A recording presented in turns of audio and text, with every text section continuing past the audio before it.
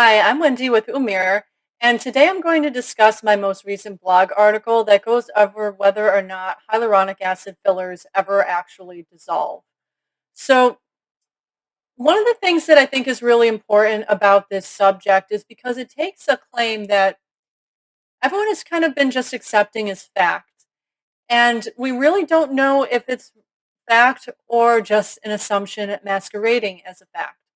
So I wanted to go over this in detail because it really does paint well, it really does highlight a more important part of skincare science, and that is what is really fact, what is really just assumption. So to first start out, I wanted to go over what hyaluronic acid is because if we understand what hyaluronic acid is and its role in the body, it really makes more and more sense whether or not the body truly does dissolve it or not. So, hyaluronic acid is a natural component of our body. It's secreted by our cells and it exists outside the cells in something called an extracellular matrix. And there's about five main functions to hyaluronic acid. It adds resilience to cartilage. It helps with movement for muscle cells. So, it helps with reducing the coefficient of friction and just helps with overall functioning and movement of our muscles to have hyaluronic acid. The other is that it helps skin repair itself from wound damage or mechanical damage, just UV damage, all sorts of damage just from the normal course of aging and just going about our day. The other is cell interaction communications. So our cells have to communicate with each other in order to transmit signals. You know, our cells don't just exist as these independent bodies. They need to communicate with each other. They interact with each other in order for functioning to occur. So that's another one, and also cellular adhesion. Cells need to adhere to each other in order to keep our morphology. So it's really important for cellular adhesion, and that's like another really important part of hyaluronic acid's roles in the body. So as the above roles imply, hyaluronic acid is a really necessary component of our body. It is something that we need all day, every day. We need our cells to constantly secrete it. And if we don't have it, it's going to interfere with normal functioning from cellular communication. Our brain cells couldn't communicate signals to each other properly without hyaluronic acid. Our muscles wouldn't be able to function properly without it. So, with that said, it's not likely that our body will want to get rid of it. And so that makes um, a more important point. And so, in order for the body to get rid of hyaluronic acid, whether naturally, in order for the body to get rid of hyaluronic acid, you really have to have one or two things happen. The first is that the hyaluronic acid has to go through its normal life, through normal course of life, and so in biology, or geology, or what have you, all matter has a half life. I'm going to go over that later because that highlights a more important point. But the other is that your body will secrete hyaluronidase, and so your body does not always secrete hyaluronidase. Now, hyaluronidase is the enzyme that will break down hyaluronic acid. So, hyaluronidase is the main enzyme that your body secretes in order to break down hyaluronic acid. But your body does not secrete hyaluronidase all the time. It doesn't want to because if your body secreted an enzyme that got rid of a very crucial component of your body's overall functioning, that means your body's not going to be functioning very efficiently for very long. Um, so when does the body secrete hyaluronidase? And there may be other times, and if anyone is aware of other times, feel free to mention this in the comments section. But I believe that the main time when your body secretes hyaluronidase, the enzyme that breaks down hyaluronic acid, is during an immune response. And so, if you have, for example, strep throat, you are infected with a streptococcus bacteria. And so, this bacteria it has gone through an interesting evolutionary, an interesting evolutionary advantage to combat the body breaking its host from breaking it down. And that is that it developed a hyaluronic acid capsule around it. So it's kind of like a coat around it. And so this prevents the body from breaking it down right away. But the body will eventually break it down. And it does that by secreting hyaluronidase. So when your body elicits that immune response because it's like, hey, I'm infected with strep, fix it. So what happens is that your body will, the immune cells that get sent to the area are going to secrete hyaluronidase, and so the body will secrete hyaluronidase, and the hyaluronidase will break down that hyaluronic acid coating around the bacteria, and eventually the bacteria is now vulnerable because it has no protection, and the body's immune cells just engulf it and digest it, and it's gone. It takes a little while. I think it takes about a week to do that. I could be wrong about that, but it happens. I mean, it's not instant, but it happens over about a week, and then the bacteria goes away, and then you're eventually on your little path to recovery there. Um, and I think that because the body does actually have the ability to break down hyaluronic acid, is where we got this assumption that hyaluronic acid fillers will eventually be dissolved by the body in the same way that the body is able to dissolve hyaluronic acid on its own just from normal going through life. And that I don't believe is the case. And so, but that that's how we got, I believe, to uh, this this factoid is that hyaluronic acid, you get a hyaluronic acid injection, it's going to go away in about a year, 6 months to a year. So it's time to get more. So the body goes through the immune response to get rid of hyaluronic acid as it needs to. Does that also extend to fillers? And I believe that the medical community or the skincare community or the drug community, whoever makes Restylane, they kind of assume that that was the case. It's like, well, the body does dissolve hyaluronic acid, this is a hyaluronic acid filler, therefore your body is going to dissolve it. And I don't know where they got this 6 months to a year estimate from, but it really doesn't seem to be bearing out when you examine it. But I do believe, but with that said, and I don't believe that hyaluronic acid fillers ever fully dissolve for the most part. With that said, I do believe that they do dissolve a little bit. I believe that the hyaluronic acid fillers actually do dissolve for about 1 to 2 months after you get the injection. And it's because you are actually eliciting that immune response that does create hyaluronidase to dissolve hyaluronic acid. So, although I did give that example of how hyaluronidase is secreted by your immune cells to get rid of a bacterial infection, it probably also might secrete some when you have an inflammation in an area. And this can also explain why inflammation can also cause aging. It can cause the breakdown of many different things that over time give the appearance of aging, whether it's the breaking down of your knees, your knee cartilage, or in your face. I do believe that constant inflammation really does manifest over time in accelerated aging. So it does make sense. So when you get filler injected into your face, you will have an immune response because you have inflammation there. And it's very possible that that immune response does cause the secretion of hyaluronidase to the area. And so that's one reason why when you get filler, a lot of it may go away in the beginning. Now, I'm not sure exactly how much goes away, but I will guess that maybe, and I'm really just ballparking this, maybe 15 to 20% of what you got injected. And it probably goes away within, I don't know, maybe 1 month to 2 months. It might be really gradual. I guess it depends on how strong the immune response is and and how long your body does react for. But maybe it's just a week. It's really possible. I mean, the problem here is that there's really no research on this. There's no real studies to show how long your body is secreting this enzyme for to break down hyaluronic acid, or if it ever secretes it at all. So there we have this assumption that really hasn't panned out in the literature, and we really have to just go on assumption.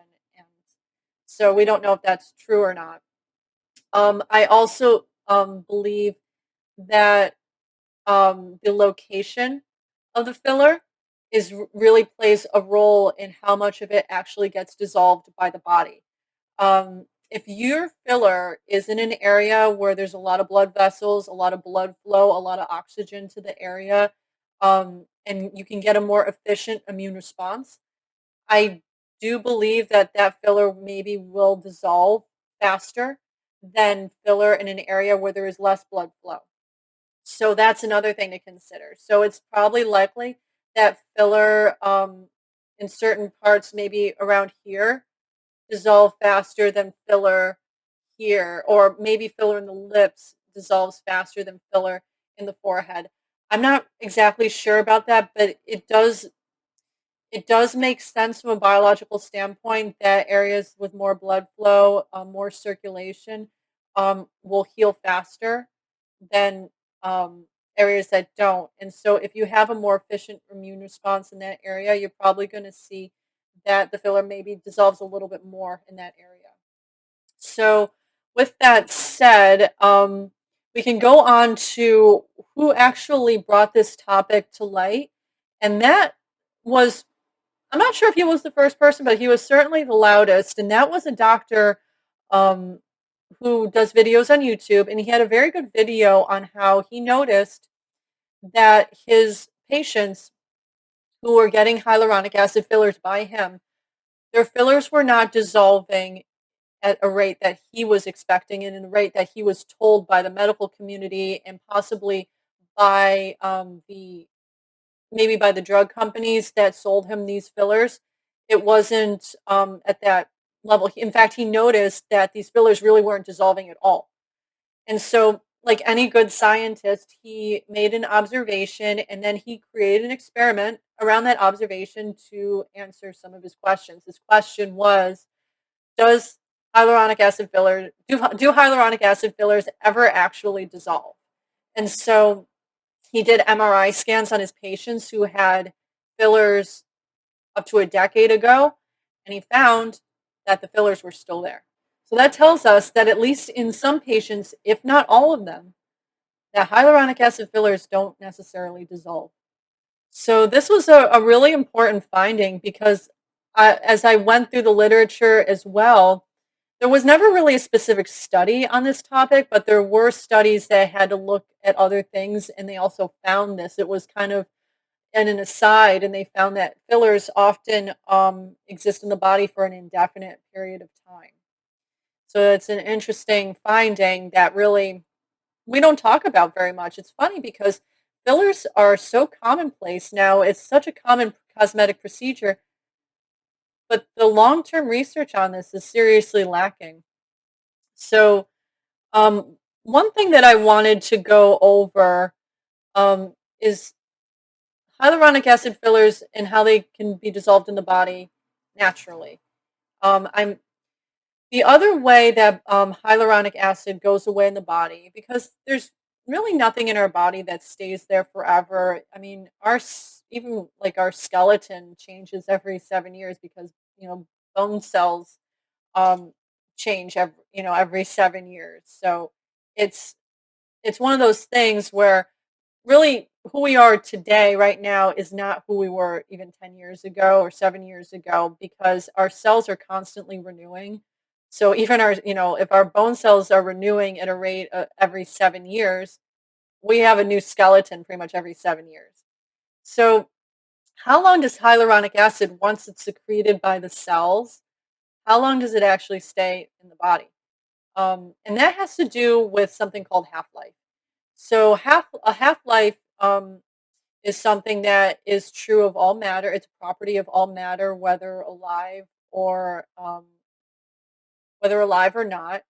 And pretty much what half life and what its name implies is that how much of this, how long will it take for this amount of matter to decrease by half? So go away, erode, die or whatever.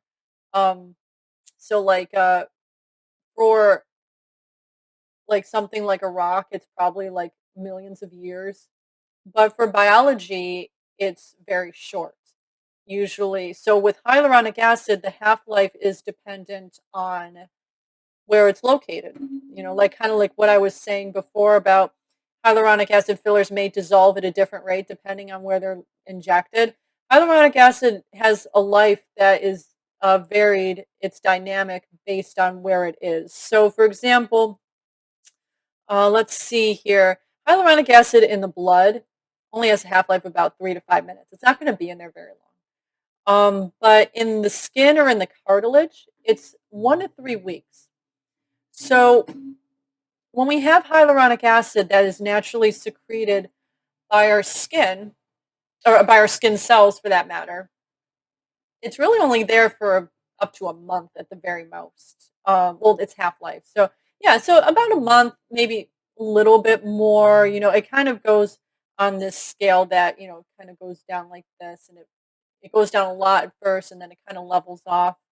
So you'll see that the hyaluronic acid we have now in our face wasn't there probably 3 months ago. It's new, and our skin cells are constantly renewing. It's constantly secreting collagen, elastin, hyaluronic acid. So we're getting a new supply of it because it doesn't stay there very long. So with that said, why is it that if hyaluronic acid in the skin only has a half life of 1 to 3 weeks and maybe a lifespan of you know 2 months, around that, I'm not sure. If someone has a more specific if someone has more specific data on it, please feel free to let me know. I'm interested to find that out. But if hyaluronic acid, say, has a life of about 2 months, why is it that these fillers with hyaluronic acid in it are only staying? Why is it that these hyaluronic acid fillers are staying in our bodies for up to 10 years, 12 years, maybe more? And I believe that is because hyaluronic acid gel that is manufactured for injection purposes has different properties than that which is naturally secreted by our body. And the reason why that is because these drug companies have to modify and process the hyaluronic acid to make the gel to prolong the shelf life. Um, Maybe there's something in there for sterilization. There's all sorts of things in there that they have to change about the properties of the hyaluronic acid to make it injectable and to make it marketable and to make it shelf stable. And all of that together does affect the half life of the material. So, for example, milk has a shelf life without preservatives of maybe like 3 days or something very short. But when you add these preservatives to it and you pasteurize it and you do all these other things to it, it prolongs the shelf life for 2 months. So it's the same thing with the hyaluronic acid in our body. And so we really don't, um, we really don't see a whole lot of it being dissolved, even though that it should dissolve within a few months. So these findings that hyaluronic acid really doesn't dissolve like we thought it did really highlights a more important topic, and that is assumption versus reality. We've all been told, oh, hyaluronic acid fillers will dissolve within a year, so it's okay to go get more. And we're finding out that's not the case at all. And it really doesn't make biological sense for that to be the case because our bodies don't want it to go anywhere, because in order for it to get dissolved it would have to hurt something else. And so if you have these fillers in your face, they're probably there to stay. And so you really have to understand that this really needs to be something that you want, and that you really should be very careful with it. I really don't think that there's anything wrong with getting a little bit of filler, but it's a slippery slope. And people really don't just get a little bit, they get a lot of it and they get it very often. So we really have to be careful. with how much we're getting injected into our face because what these MRIs showed is not only did the filler not dissolve, it moved. It moved throughout the face, and so that causes sagging skin, and I believe it also causes people to think that the filler dissolved when really it just moved to a different part of the face. And if you keep getting more and more of it, you're gonna get, sagging skin, you're gonna get, kind of inflated, puffy look to your face, and instead of making you look younger, as most people intended with fillers, it's just gonna make you look older. So I'm a big proponent of natural methods. Like I said, I don't think there's anything wrong with getting a little bit of cosmetic work done as long as you're very careful with it. But I all of these findings really show is that any cosmetic procedure it carries with it some risk. Even the ones that we originally thought were safe, like hyaluronic acid fillers, like you would thought, oh, it's going to dissolve. Don't worry about it. It's going to go away, and then you can just go get more. Hyaluronic acid is natural. It's a component of the body that makes it better. Well, we're finding out that really maybe that doesn't make it better because now our body can't efficiently break it down because it has this natural inclination to make it stay there. And so it really just tells me that natural is better, and that's why I'm such an advocate for natural skincare, healthy eating, and exercise. Because at the end of the day, these cosmetic procedures really have their limits for what they can do, and by trying to fool Mother Nature, push the limits of our biology, I think it ends up just hurting us in the long run. So, with that said, I'm going to answer just a few of your questions that were submitted on Instagram. And here's a really good question, and this is a question I get asked a lot. Does ingesting hyaluronic acid make a difference with skincare? And what I believe that the commenter here was referring to is, can I get the benefits of hyaluronic acid injections by ingesting hyaluronic acid in a supplement form, or maybe just make my body be more efficient at producing hyaluronic acid if I were to take a supplement? And my answer is it depends. So, the only time a supplement will have any beneficial effect on the body is if your body is incapable of producing on its own or you're not getting enough of it from diet. So, the best example of that is with vitamin C. I'm not sure why people view vitamin C as this hero of biology, but it really isn't. So, for example, people think, oh, yeah, if I'm sick or whatever, if I want to turbo boost my immune system, I can just take a bunch of vitamin C and I'm good. And that's not the case. Your body will only have a benefit to vitamin C supplementation if it is deficient in vitamin C. So, vitamin C plays a big role in the immune system, and if you're not getting enough vitamin C, your immune system is going to be on the decline. It's not going to be as efficient. But if you are already have enough vitamin C in your body, adding more isn't going to turbocharge your immune system. Biology doesn't work that way. All you're going to do is just pee out the extra vitamins because your body can't hold on to it. It doesn't store it for later. It's not like it's fats. So that doesn't work. It's kind of like thinking, I want my car to go faster. So I have a car, and let's say it's not a very good car. Let's say it can only go 100 miles per hour, and I want it to go really fast. I want more horsepower. I want it to go faster than 100 miles per hour. Let me put more gas in the car. It's it doesn't work like that. Or you can't you can't put more in the gas tank than what is allowed in there, and even doing that, because gas makes helps with gas is what's needed for the engine to run. The engine isn't going to automatically get more horsepower or go at greater efficiency because the car has a limit and your body has a limit too. And let's say that limit, I'm just throwing out a unit. Let's just say the limit for vitamin C for max immune response is 100 units. I'm just putting that out there. Just your body can't go to 110 because you ate another orange that day or you took vitamin C supplements or whatever. Your body's limit is 100. Anything more than that, it gets it off. It's run off. So the same thing is true with hyaluronic acid supplements. Your body will only produce as much hyaluronic acid as genetically capable of doing. And anything more than that is just going to be excreted as waste. Your body can't do more than what it can do.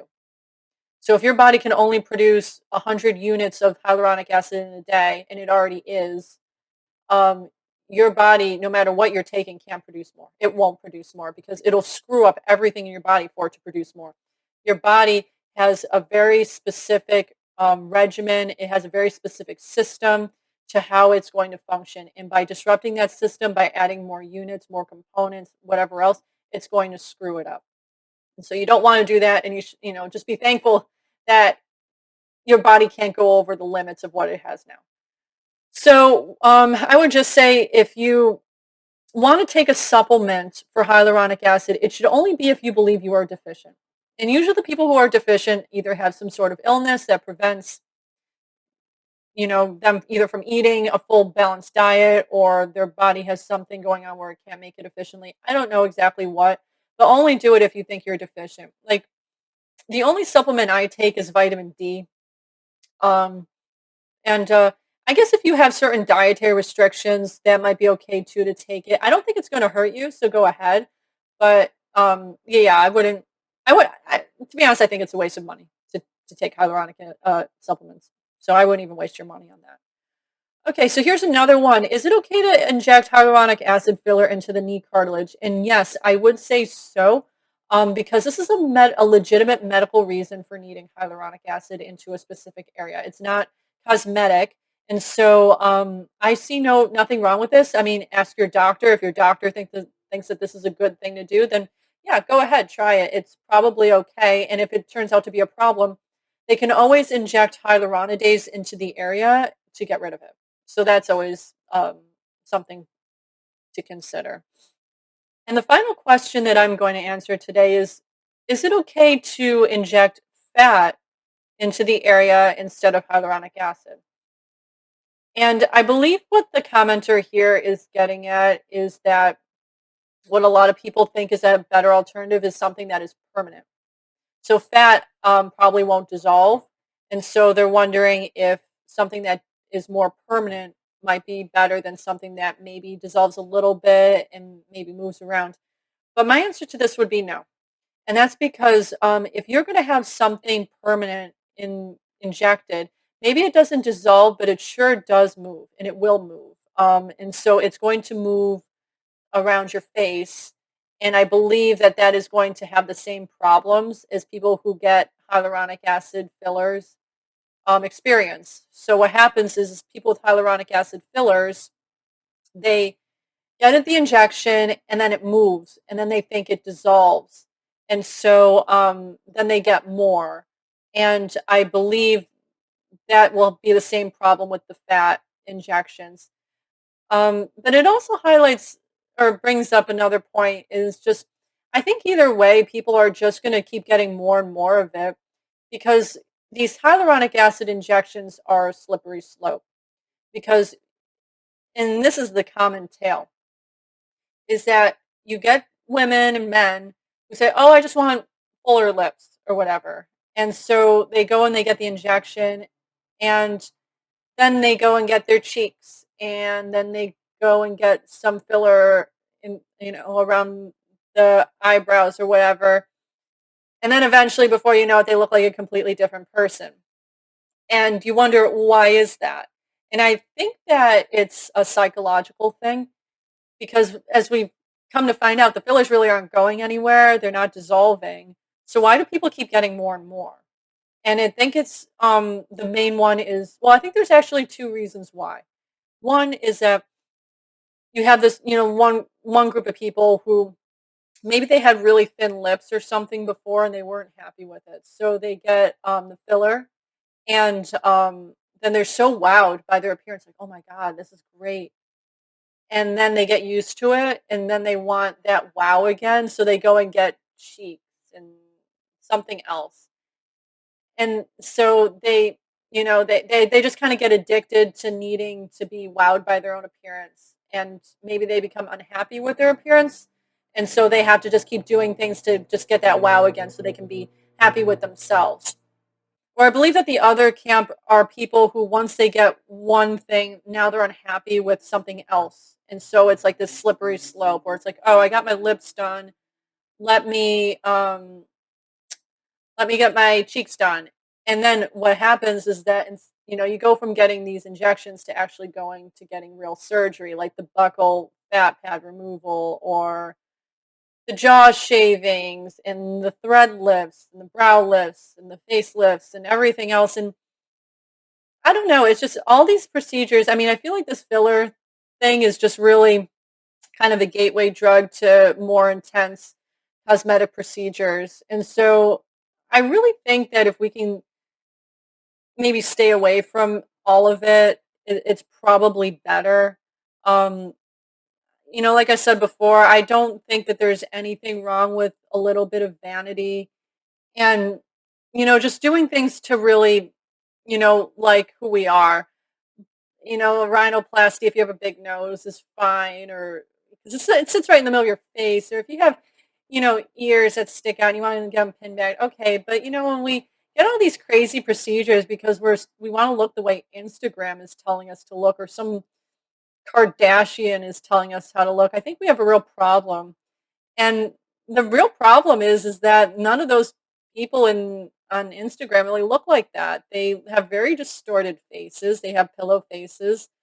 But you don't know that because you keep only see these edited photos, and then in real life all you see are women with, kind of like these duck lips and really distorted puffy faces, and it's not a good look. It's really sad, to be honest, that people are just so unhappy with their appearance that they have to keep doing that. So I would say no to the fat thing.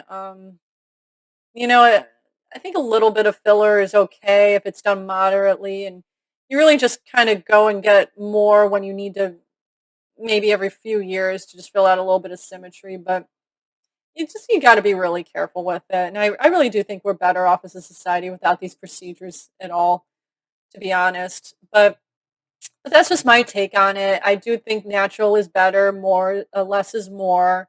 And we really should just be focusing on how to make us happier with what we have, with just skincare, maybe a little bit of makeup, fun hair, whatever, nice clothes, but, and trying to stay away from the cosmetic procedures. So I hope that I answered your questions with this video. If you have any follow-up questions, please feel free to leave them in the comments section below, and I'll do my best to answer it and maybe even do a follow-up video on the same subject. But thank you again for watching, and I'll just see you next time.